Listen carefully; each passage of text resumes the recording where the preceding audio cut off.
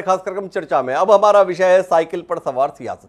Cycle इस देश में पहचान की मोहताज नहीं है। इस देश के आम जन के यातायात का साधन रहा है साइकिल। साइकिल का इतिहास यूं तो तकरीबन 200 साल पुराना है। यूरोप से शुरू हुआ साइकिल का सफर जो 1839 के संदर्भ में उल्लिखित होता है और अलग अलग पायदान से गुजरता हुआ तकरीबन वर्ष 2000 तक आम आदमी के यातायात का मुख्य साधन रहा।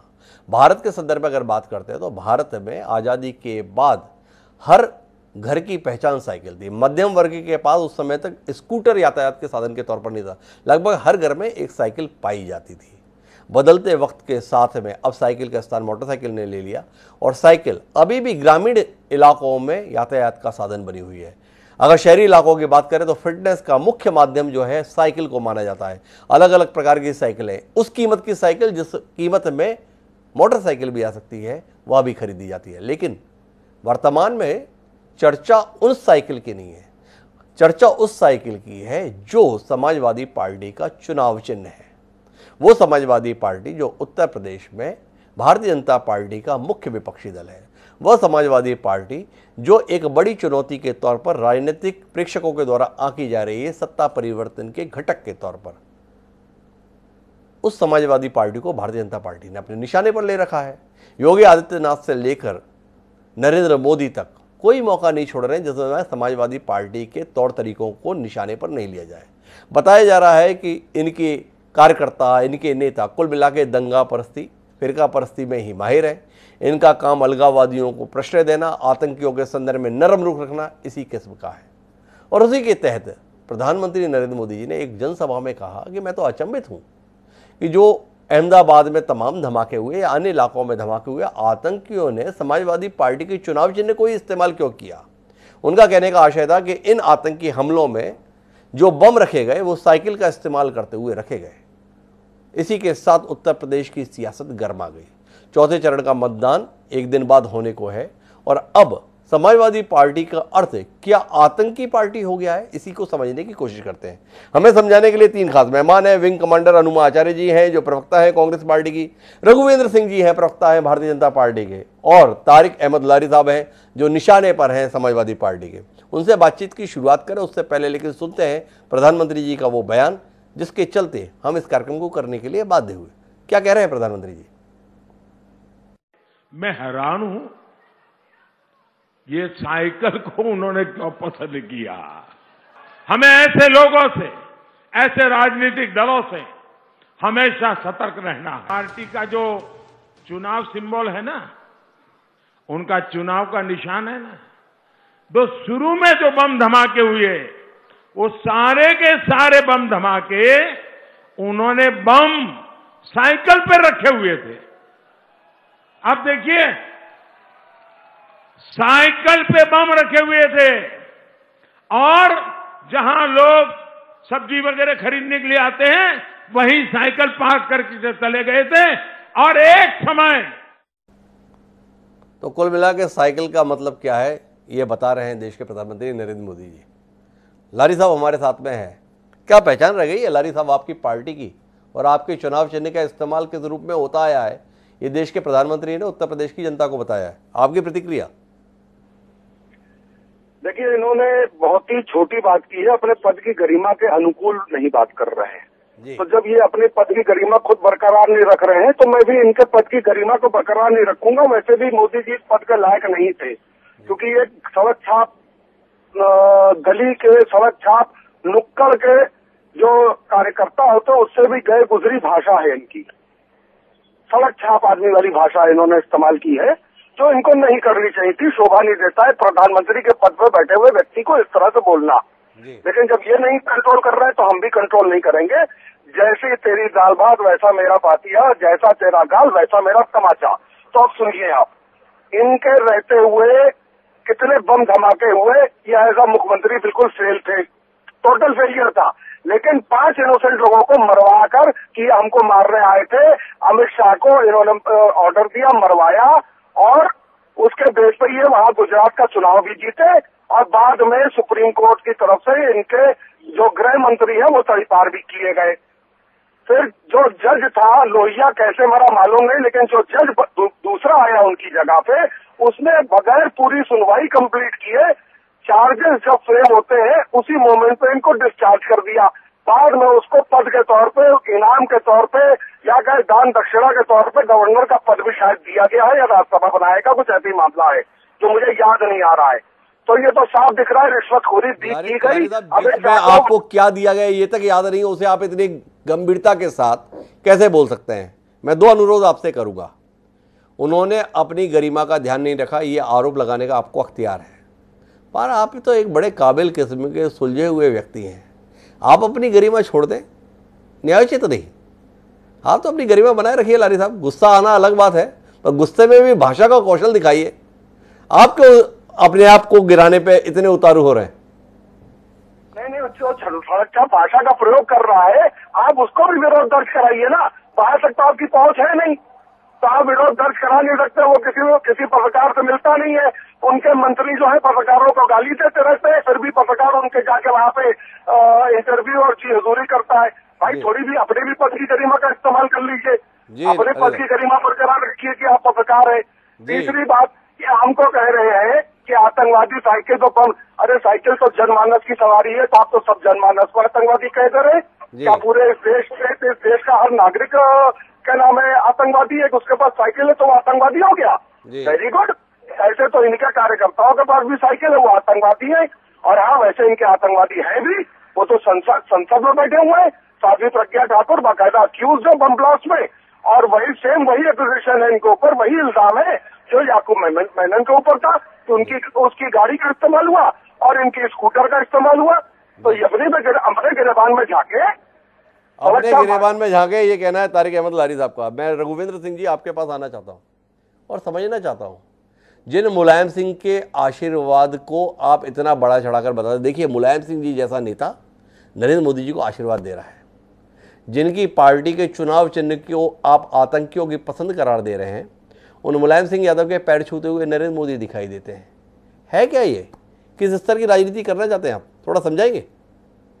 हिमांशु जी, अभी समाजवादी पार्टी के प्रवक्ता देश की जुडिशरी पर प्रश्न उठा रहे हैं जी। कितनी गैर जिम्मेदाराना बयान है जी। अगर थोड़ा सा भी ज्ञानवान प्रवक्ता होगा, कम से कम जुडिशरी पर, पत्रकारिता पर या किसी ऐसे स्तंभ पर प्रहार नहीं करेगा जो हमारे लोकतंत्र के स्तंभ पर। जुडिशरी पर ये प्रहार कर रहे हैं, इनको इतना सामान्य ज्ञान नहीं है।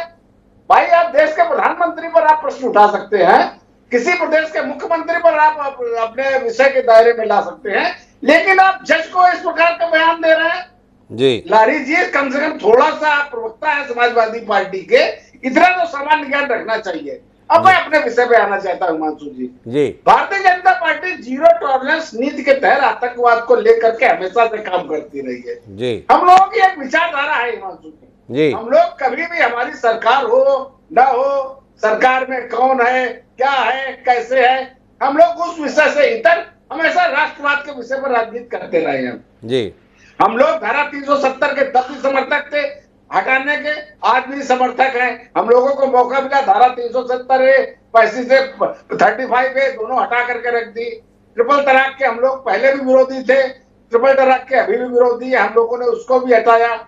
भारतीय जनता पार्टी आतंकवाद का स्पष्ट रूप से विरोधी है जी। समाजवादी पार्टी का क्या कहना है? समाजवादी पार्टी ने 2007 जी इसमें लखनऊ हाई कोर्ट ब्लास्ट में मुख्य आरोपी थे और 2013 संकट मोचन मंदिर के मुख्य आतंकवादी आरोपी थे, उनको छुड़ाने के लिए हाई कोर्ट में हलफनामा दिया था। इससे सांप्रदायिक सौहार्द ठीक होगा। इसमें इलाहाबाद हाई कोर्ट ने टिप्पणी भी की थी।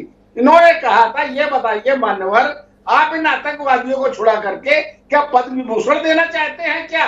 इतने ये बताइए, जब देश की सरकारें, प्रदेश की सरकारें आतंकवाद को संरक्षण देने लगेंगी, आतंकवाद की पोषक हो जाएंगी, तो ये आतंकवाद कहां जाकर रुकेगा? बड़ी महत्वपूर्ण टिप्पणी रघुवेंद्र जी, लेकिन मेरा एक सवाल है, इन्होंने वो कोशिश की, कोर्ट ने सवाल किया क्या इनको पद्म विभूषण देंगे?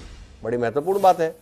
लेकिन जो बात तारिक अहमद लारी साहब कह रहे हैं उसका कोई जवाब आपके पास है? प्रज्ञा ठाकुर आतंकी हमले में आरोपी हैं, जमानत पर बाहर हैं, आप तो जीरो टॉलरेंस की नीति रखते हैं और लोकसभा की टिकट देते हैं, विरोधाभास नहीं है? नहीं, विरोधाभास की बात नहीं है। प्रज्ञा ठाकुर जमानत पर है। प्रज्ञा ठाकुर जिस दिन अपराधी घोषित हो जाएंगे, भारतीय जनता पार्टी। वाह वाह वाह वाह, क्या बात कही है रघुवेंद्र सिंह जी। आप बाकी आरोपियों के संदर्भ में आरोप है, इस पर ही फैसले की शक्ल में मान लेंगे, पर प्रज्ञा ठाकुर पे आरोप है, आरोप की कोई अहमियत नहीं है। आतंकी हमले में आरोपी होने को कोई अहमियत आपकी तरफ से नहीं दी जाएगी।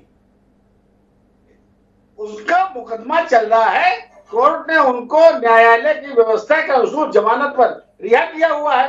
जब जमानत पर है ना, वो भाई आरोपी कैसे हो गई, वो अपराधी कैसे हो गई? आरोपी ही तो हुई ना जी।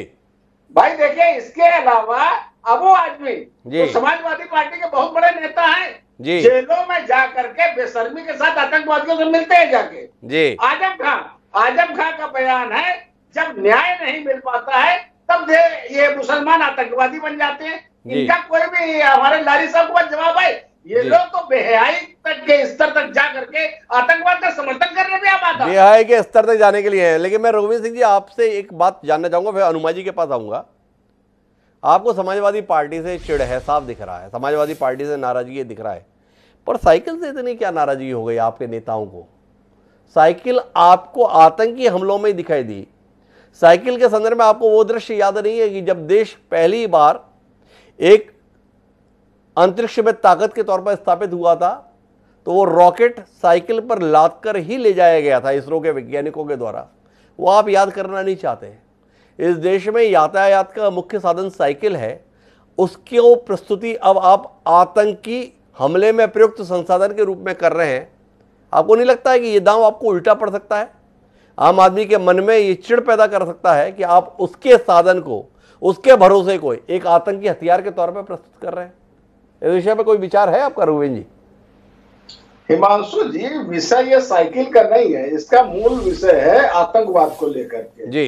भारतीय जनता पार्टी का तो आतंकवाद के विषय में खुला रवैया है जी। हम लोग आतंकवाद को, आतंकवादी को, हमारी सरकार जब से केंद्र में बनी है, ये बताइए हमारे देश या प्रदेश में कोई आतंकवादी घटना ऐसी हुई है जी? भाई हम लोगों ने कांग्रेस की भी सरकारें देखी हैं जी, किस तरीके से इन लोगों ने 2010 में 25 पाकिस्तानी आतंकवादियों को छोड़ने का काम किया था जी। किस तरीके से ये लोग आतंकवादियों को, हाफिज सईद जी, ओसामा जी, हाफिज सईद साहब, मसूद अजहर साहब, अच्छा, और कंधार विमान में लेकर जो गए थे वो कौन से राज्य के डिप्लोमेट थे? थोड़ा रघुवीर जी बताएंगे, जिन्हें हमारे सम्माननीय विदेश मंत्री जसवंत सिंह जी लेकर गए थे। वो याद है आपको? हाफिज साहब आपको याद है? वो कंधार भी कुछ विमान से हमारे यहां से ले जाए गए थे। वो कौन लोग थे? नहीं, कंधार वाले कौन लोग थे वो हमें लग रहा है हिमांशु जी आप बेहतर जानते होंगे, और हमें लग रहा है आप पुराने पत्रकार हैं, आप ये भी जानते होंगे किन परिस्थितियों में गए थे जी। आप कोई काम करते हैं वो परिस्थितियों के तहत होता है, बाकी जो करते हैं वो देश के खिलाफ होता है। ये कुल मिलाकर रघुवीर सिंह जी का निष्कर्ष है। मैं विंग कमांडर अनुमा आचार्य जी आपसे समझना चाहता हूं, समाजवादी पार्टी आतंकी परस्त पार्टी है। रघुवीर सिंह जी भी लगभग इसी बात को दोहरा रहे हैं कि समाजवादी पार्टी के तौर तरीकों को देखिए, समाजवादी नेताओं के तौर तरीकों को देखिए, तो ये कुल मिलाकर आतंकियों के प्रति सद्भावना, नरम रुख रखने के हिमायती रहते हैं, और इसीलिए भारतीय जनता पार्टी को स्वीकार नहीं होते हैं। एक राष्ट्र के प्रति समर्पण, राष्ट्र के प्रति निष्ठा भाजपा का स्वभाव है, आचार है, व्यवहार है। क्या कांग्रेस इस आचार व्यवहार के साथ है या आतंकियों की समर्थक समाजवादी पार्टी के साथ है? हिमांशु जी, पहले तो दो चीजों से आज मेरे मन में आपके लिए सम्मान बढ़ गया।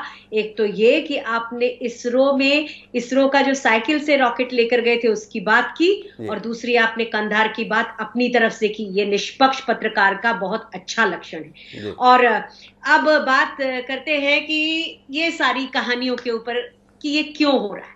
उत्तर प्रदेश के चुनावों पर एक विहंगम दृष्टि डालते हैं, बर्ड्स आई व्यू, जैसे हमारे 26 जनवरी में नहीं कहते हैं एंकर कि एक विहंगम दृश्य। तो उत्तर प्रदेश के चुनाव में न तो हिंदुस्तान पाकिस्तान चला और न जिन्ना चला, गन्ने का मुद्दा चढ़ बैठा। फिर हिजाब का मुद्दा चलाना चाहा तो जॉब का मुद्दा चढ़ बैठा। अब ये संयोग है या प्रयोग कि ऐन उत्तर प्रदेश चुनाव के वक्त अहमदाबाद हाईकोर्ट का निर्णय आता है। और फिर क्रोनोलॉजी ये समझिए कि सबसे पहले योगी आदित्यनाथ इस मुद्दे को लेकर खुदाई करते हैं, फिर अनुराग ठाकुर एक प्रेस कॉन्फ्रेंस करते हैं और जमीन जो है वो तैयार करते हैं, और फिर प्रधानमंत्री सत्ता की चाहत में इस तरह का एक अनर्गल बयान दे डालते हैं जी। अब एक बात कहना चाहूंगी और बहुत जिम्मेदारी से कहूंगी कि भारत के सर्वोच्च संवैधानिक पद पर आसीन व्यक्ति की भाषा पहले ही मर्यादा की हर सीमा रेखा लांघ चुकी और अब इस तरह की अभिव्यक्ति दिखाती है कि बीजेपी और खास तौर पर प्रधानमंत्री सत्ता के लिए बेतरह ऑब्सेस्ड हो चुके हैं, बहुत ऑब्सेस्ड हो चुके हैं। इसलिए जिम्मेदारी से कहूंगी कि देश हित में आपके माध्यम से एक बहुत विनम्रतापूर्व, बहुत संजीदगी से, बहुत सम्मानपूर्व एक बात कहूंगी कि एक बार विशेषज्ञ को दिखा लें, क्योंकि कई बार क्या होता है बहुत ज्यादा एंजाइटी से अवसाद हो जाता है, डिप्रेशन हो जाता है, तो उसमें तहत लोग बाग अलग अलग बातें करते हैं। ये हम नॉर्मल में भी देखते हैं कि अगर किसी को भयंकर ऑब्सेशन किसी चीज का हो जाता है तो उसका खुद पर से काबू खत्म हो जाता है। तो इस चीज की हम बात कर रहे हैं। अब हर उत्तर प्रदेश के चुनाव के हर चरण से पहले एक हिंदू मुस्लिम मुद्दा आ ही रहा है। अभी कर्नाटक में एक और आ रहा है, वो भी अभी चलेगा, क्योंकि कल परसों में परसों चौथा चरण है, तो उसके लिए भी चलेगा। तीसरे चरण के पहले चालू हो गया, दूसरे के पहले हिजाब हो गया। तो ये समझिए यही क्रोनोलॉजी है कि बीजेपी हमको मुद्दों पर बात ना करके केवल इन्हीं चीजों पर उलझाना चाहती है। आप देखिए इस देश में हमेशा न्याय होता रहा है, ऐसा नहीं है कि इस सरकार के समय में न्याय हो रहा है। कसब को भी चढ़ाया गया है सूली पर और फांसी दी गई है और हर तरह का न्याय हुआ है हमेशा। तो अचानक इसी समय इसको लाना, आप भी समझ रहे हैं, हम भी समझ रहे हैं, सब समझ रहे हैं कि क्रोनोलॉजी क्या है। जी, हम सब समझ रहे हैं क्रोनोलॉजी क्या है, ये कहना अनुमा जी। लेकिन मैं तारिक अहमद लारी साहब के पास जाऊं उससे पहले आपसे जानना चाहता हूं, क्या आप नहीं मानती हैं कि अतीत में समाजवादी पार्टी ने ऐसे निर्णय लिए, ऐसे फैसले ले लिए जिनके चलते भाजपा को उन्हें घेरना इन मुद्दों पर थोड़ा आसान रहता है? इस पर क्या कहेंगे आप? अब मैं समाजवादी पार्टी के ऊपर टिप्पणी क्या करूं? देखिए ऐसा है कि वो भी लड़ रहे हैं, सभी लोग संवैधानिक तरीके से चुनाव लड़ रहे हैं। मैं एक चीज जानती हूं, तो मैंने अपनी आंखों से देखा है कि बीजेपी के अलावा मैं ऐसी किसी पार्टी को नहीं देखती जो संविधान का सरासर अपमान करती हो, बिल्कुल सीधा सीधा अपमान करती हो। और आज के तारीख में जब चुनाव आयोग या तो कोमा में है या बहुत नजरअंदाज कर रहा है, और या क्या कह सकते हैं, बिक गया बोलने से मुझे भी दुख होता है। अंदर से सरकारी सेवा में रही हूं तो बहुत दुख होता है कि क्या शासकीय सेवा के लोग इस तरह से बिक सकते। तो जब चुनाव आयोग बाकी मुद्दों पर ध्यान नहीं देता, इस तरह की बहसें हो रही हैं, क्या ये बहसें मुख्य धारा का मुद्दा होना चाहिए? मेरा तो सवाल ही सवाल इस बात पर है। अनुमा आचार्य जी थोड़े वर्तमान तौर तरीकों से आहत हैं, लेकिन मैं लारी साहब आपके पास वापस लौटना चाहता हूं। कुल मिलाकर आपके चुनाव चिन्ह को कटघरे में खड़ा किया गया है, इसका प्रतिकार कैसे करेंगे, इसका विरोध कैसे करेंगे? मैं दो बातें कह दूं। देखिए, आपकी पत्रकारिता पर मैंने कभी शक नहीं किया, कई बार हम बैठे चैनल पे तो हमने कभी शक नहीं किया। दूसरा आज जो मैडम ने कहा है, मैं इनका धन्यवाद दूंगा, क्योंकि मैंने पहली बार किसी ऐसे पद पे रहते हुए या रहती हुई व्यक्ति को देखा है जो बिल्कुल ब्लंटली सच बोलती है और चाशनी में फटी हुई चप्पल उतार कर खींच कर मार दिया इन्होंने जी। बहुत अच्छा बोली है, बहुत सही बोली है। पद की गरिमा इन्होंने ध्यान रखा जरूर है, लेकिन जैसे एक ट्रीटमेंट एक छाप आदमी को दिया है था, वैसे ट्रीटमेंट इन्होंने दिया है देश के इनके पार्टी के सर्वोच्च नेता को, जो अनगढ़ बयान देता है, झूठ और फसाद और झगड़े की बातें करता है। बिल्कुल सही मैडम, आपका मैं तारीफ करूंगा, बहुत अच्छा मुझे लगा आपकी बात। मैं आपको जानता भी नहीं, आप किस पार्टी में ये भी नहीं जानता हूँ, आप है भी कि नहीं है ये भी नहीं जानता हूँ। दूसरी बात, जो बयान ये लोग दे रहे हैं, आप आइए ना बेरोजगारी के मुद्दे पर बात करिए। आइए फिलहाल यूपी का जो चुनाव है उस पर हम बात करते हैं। उसमें किसानों को कैसे कुचल के मार दिया गया, कैसे 750 किसानों का कोल्ड ब्लडेड मर्डर कर दिया एक साल के अंदर। आखिर वो कानून वापस लेना पड़ा ना, तो मियाँ की जूती मियाँ का घर, यही हुआ कहानी। आपने ऐसा कानून बनाया ही क्यों? आपने कानून बनाया तो साथ में अडानी और आप कानून अनाउंस कर रहे हैं, उधर उनके साइलो तैयार हो गए अडानी और अंबानी का। ये कौन सा आपका गठजोड़ है? मेरी समझ में ये नहीं आया। अगर ये कानून इतने खराब थे तो आपने वापस क्यों लिए? इसका मतलब आपको इतने अच्छे थे तो वापस क्यों लिए? इसका मतलब आपको मालूम था कि खराब है, और सिर्फ अडानी और अंबानी को फायदा पहुंचाने के लिए किसानों को बंधुआ मजदूर बनाने का सिस्टम चल रहा है। यही हाल इन्होंने इस देश की इकोनॉमी का कर रखा है कि हर आदमी अडानी और अंबानी के माध्यम से कारोबार करे और वही लोग सब कुछ करे, बाकी 2-4% कमीशन अपने को मिल जाए और अपनी जिंदगी में दाल रोटी के झगड़े में लगा रहे, उसी को कमाने में लगा रहे और हमारे मुद्दे से दूर रहे। जब इनके पास कुछ नहीं होता है तो ये हिंदू मुस्लिम देश में फसाद की बातें करते हैं। भाई इनकी आप मामला देखिए, ये गोडसे के समर्थक है, ये उस आदमी के समर्थक है श्यामा प्रसाद मुखर्जी के, जिसने जिन्ना के साथ मिलकर सरकार बनाई थी। और 1942 में जब जिन्ना ने उसका देश का बंटवारा धर्म के आधार पर संसद में बंगाल विधानसभा में पास किया था, तो उसके समर्थन में इन लोगों ने भी वोट किया था और वो पास करके लंदन भेजा गया। उसी के आधार पर श्यामा प्रसाद मुखर्जी के पास करने के आधार पे ही देश का बंटवारा धर्म के आधार पे हुआ। नहीं तो धर्म के आधार पर देश का बंटवारा छोड़िए, देश का 1 इंच कहीं ना जाता। लेकिन ये इन लोग की मानसिकता थी, इन लोग को करना था, उसी में आज भी ये लोग लगे हुए हैं, उसी में ये लोग आज भी लगे हुए हैं। रघुवीर सिंह जी, मैं वापस आपके पास आता हूँ, आप बीच में हस्तक्षेप भी करने जा रहे थे, वो भी आपका हस्तक्षेप सुनते हैं। कुल मिला के बातचीत का निचोड़ इस पे आ रहा है कि उत्तर प्रदेश चुनाव में येन केन प्रकारेण हिंदू मुस्लिम मुद्दा रहे, ये आपकी एक ईमानदार कोशिश है, इसलिए आप ढूंढ के ऐसे विवाद के विषय लाते हैं, ये विरोधियों का आरोप है। क्या कहते हैं आप? अपनी 5 साल की सरकार की उपलब्धियों पर आपका विश्वास है, 8 साल की केंद्र की मजबूत मोदी जी के नेतृत्व की सरकार पर विश्वास है, जिसके चलते आप इस मुद्दे पर रहना चाहते हैं। कहां सपा? 5 साल से सपा अस्तित्व में नहीं सरकार में, तो भी आप सपा का उल्लेख करना चाहते हैं। कांग्रेस 3 दशक से उत्तर प्रदेश में नहीं है, तो भी आप उसका उल्लेख करना चाहते हैं। किस बात से डर रहे हैं आप? देखिए, भारतीय जनता पार्टी बिल्कुल नहीं डर रही है। हम लोगों ने उत्तर प्रदेश में पिछले 5 वर्षों में विकास और सुशासन के बहुत इतने आयाम स्थापित किए हैं। समाजवादी पार्टी की 4 बार की सरकार और साथ में जोड़ दीजिए बहुजन समाज पार्टी की 3 बार की सरकार और उसके बाद कांग्रेस की भी सरकार जोड़ दीजिए जी। मैं ये उदाहरण देना चाहता हूँ, आजादी से लेकर 2017 तक उत्तर प्रदेश से मात्र 17 सरकारी मेडिकल कॉलेज थे जी, जिसमें से 4 सरकारी मेडिकल कॉलेज अंग्रेजों के समय के थे और इन सभी लोगों ने मिलकर के उत्तर प्रदेश में तीर मारा था तो 13 सरकारी मेडिकल कॉलेज तैयार हो पाए थे जी। भारतीय जनता पार्टी ने उत्तर प्रदेश में मात्र 3.5 साल इसलिए कहेंगे कि 1.5 साल हमारे कोरोना काल में खराब हुए हैं। हम लोगों ने 35 सरकारी मेडिकल कॉलेज बना करके खड़े कर दिए और अगर हम उसको प्राइवेट मेडिकल कॉलेज में जोड़े तो 59 मेडिकल कॉलेज हम लोगों ने बना करके खड़े कर दिए। उत्तर प्रदेश में हम लोगों ने 4.5 लाख से ऊपर 4.5 लाख और 5 लाख के बीच में सरकारी नौकरी देने का काम किया। हम लोगों ने 4 एक्सप्रेस वे बनाए, 10 महानगरों में मेट्रो चलाई जिसमें 5 में संचालित हो रही है, 5 इंटरनेशनल एयरपोर्ट बनाए, 45 लाख से अधिक गरीबों को आवास उपलब्ध कराए, 1.5 करोड़ घरों को बिना पैसे के बिजली पहुंचाई, 7 करोड़ लोगों को 5 लाख तक का बीमा पहुंचाया, लगभग 3 करोड़ मुफ्त शौचालय दिए, बिना पैसे के गैस कनेक्शन दिया, कोरोना काल में जरूरतमंदों को राशन उपलब्ध कराया जो अभी तक उपलब्ध हो रहा है। उत्तर प्रदेश में film city, defence corridor, leather मार्ग, ऐसे न जाने कितने हम लोगों ने विकास के काम कराए। और हम लोगों ने जब उत्तर प्रदेश में सरकार बनी थी 36,000 करोड़ किसानों को किसान निधि, किसानों का उधार चुकता करने का हम लोगों ने काम किया और किसान सम्मान निधि किसानों को दे रहे हैं। समाजवादी पार्टी की जब उत्तर प्रदेश में सरकार थी इन लोगों ने गन्ना किसानों का मात्र 75,000 करोड़ का भुगतान किया था। भारतीय जनता पार्टी 8 करोड़ गन्ना किसानों का भुगतान किया। श्रीमान जी, भारतीय जनता पार्टी के आसपास ही कहाँ टिकेंगे? जिन्ना को लेकर के कौन आया?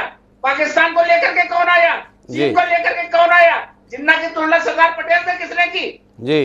भारतीय जनता पार्टी ने उत्तर प्रदेश में 2000 करोड़ की संपत्ति समाजवादी पार्टी के लफंगों से छुड़वाने का काम किया है।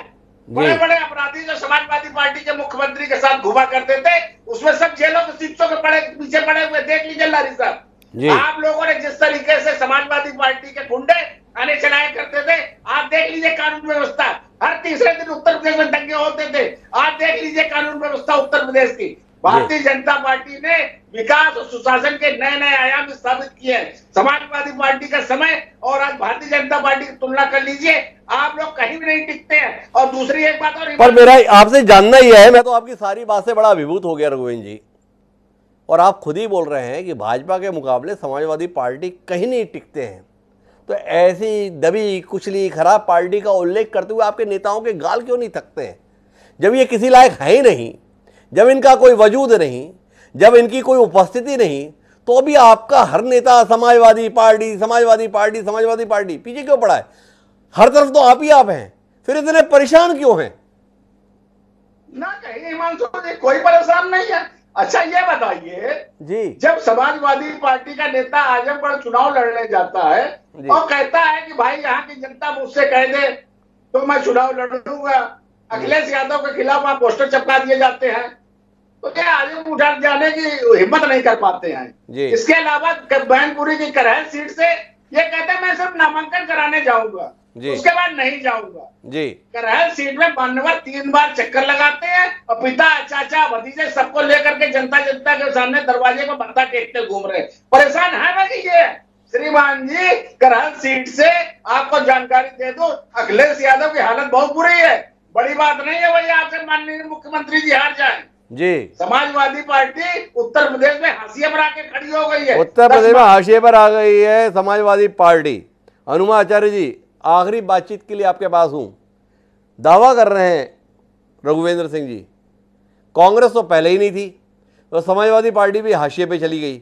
बसपा कहाँ है जिसे हम ढूंढ ही रहे हैं, क्या माने? उत्तर प्रदेश में 403 सीटें हैं, सब पे भाजपा ही दिखेगी। हिमांशु जी अब तो मैं थोड़ी सी नाराज हो गई हूँ आपसे। आप ना आधी नींद में उठा के प्रवक्ताओं को बुला लेते हैं, सपना देखते देखते आ जाते हैं। अब ये देखिए फर्जी हवाई अड्डा है, फर्जी इनका भीड़ है, फर्जी पुल है, ओवरब्रिज है, कितना फर्जी कुछ कुछ कुछ कुछ बोलते हैं। तो ये मेरे ख्याल से नींद में बोलने की बीमारी है। अब हमारे प्रधानमंत्री जी जो हैं वो मर्सिडीज में बैक में बैठते हैं S650 और बाकी कारें जो उनकी हैं रेंज रोवर वोग है, टोयोटा लैंड क्रूजर है। तो उनको साइकिल का अपमान करने की क्या जरूरत पड़ गई ये तो समझ में नहीं आया। और उत्तर प्रदेश से अभी आ रही हूँ, 500 किलोमीटर गाड़ी चला के अब भी आई हूँ थोड़ी देर पहले। वहां पर भारतीय जनता पार्टी से पूरी जनता धरती पर चिढ़ी हुई है, पूरी तरह से चिढ़ी हुई है। मैंने अपनी आंखों से देखा है। मैं ये नहीं कहती, मैं ये जानती हूं कि इसी के कारण कांग्रेस का वोट शेयर जरूर बढ़ेगा इस बार। और समाजवादी पार्टी के बारे में मैं यही कह सकती हूं कि उनके कार्यकर्ताओं में हर जगह दिखे और लोग बाग उनसे बहुत प्यार से बात करते दिखे। अब इन सब बातों से आप जो भी अर्थ निकाले, तो कुल मिलाकर महत्वपूर्ण बात यह है वो ये कि उत्तर प्रदेश में इस समय चुनाव है। लोकतंत्र में पर्व के तौर पर चुनाव को मनाने की बात है, पर चुनाव के अंतर्गत परस्पर एक सौहार्द की अपेक्षा रहती है, ना कि कटुता इस स्तर पर पहुंच जाए इसकी अपेक्षा है। और वो भी तब जब देश के शीर्ष पद पर बैठे हुए व्यक्तियों के द्वारा भी इस प्रकार की टिप्पणी अगर कर दी जाती है तो माहौल को लेकर एक संशय पैदा हो जाता है। उम्मीद करते हैं कि उत्तर प्रदेश जो साहित्यकारों की भूमि रही है, संतों की भूमि रही है, वहाँ का चुनाव बाकी देश के लिए एक अनुसरण का कारण बनना चाहिए। वहाँ पर कोई भी राजनेता का बयान अन्य राज्यों के लिए एक मिसाल बननी चाहिए ताकि सामाजिक व्यवहार में शुचिता रहे। उम्मीद करते हैं कि 3 चरण पूरा हो जाने के बाद अब कम से कम तमाम जिम्मेदार राजनेता ऐसी भाषा का इस्तेमाल करेंगे जो समाज और देश के बीच में सौहार्द बढ़ाने का काम करे, ना कि हमें ये विचार करना पड़ जाए कि क्या वह इसी राजनीति के लिए हमारे देश के तमाम स्वाधीनता सेनानियों ने लड़ाई लड़ी थी। विचार करिए। बहरहाल आप तीनों मेहमानों का बहुत बहुत धन्यवाद इस अहम चर्चा का हिस्सा बनने के लिए। समय है अब आज के शेर का। असल में चुनाव होते हैं तो तनाव कुछ ज़्यादा ही पसर जाता है। डॉक्टर राहत इंदौरी ने इसी को लेकर कमाल का शेर कहा। उन्होंने कहा कि सरहदों पर बहुत तनाव है क्या, सरहदों पर बहुत तनाव है क्या, कुछ पता तो करो चुनाव है क्या। खौफ बिखरा है दोनों समतों में, खौफ बिखरा है दोनों समतों में, तीसरी समत का दबाव है क्या। राहत इंदौरी ने सियासत की क्रूरता को क्या नफासत के साथ व्यक्त किया था। आप इस नफासत को महसूस ही मत कीजिए, विचार भी कीजिए और विचार के बाद में जब वोट डालने जाए तो फैसला कीजिए। इस आग्रह के साथ अब मुझे दीजिए इजाजत। कल फिर मिलेंगे नए विषय के साथ, तब तक के लिए सदा प्रणाम।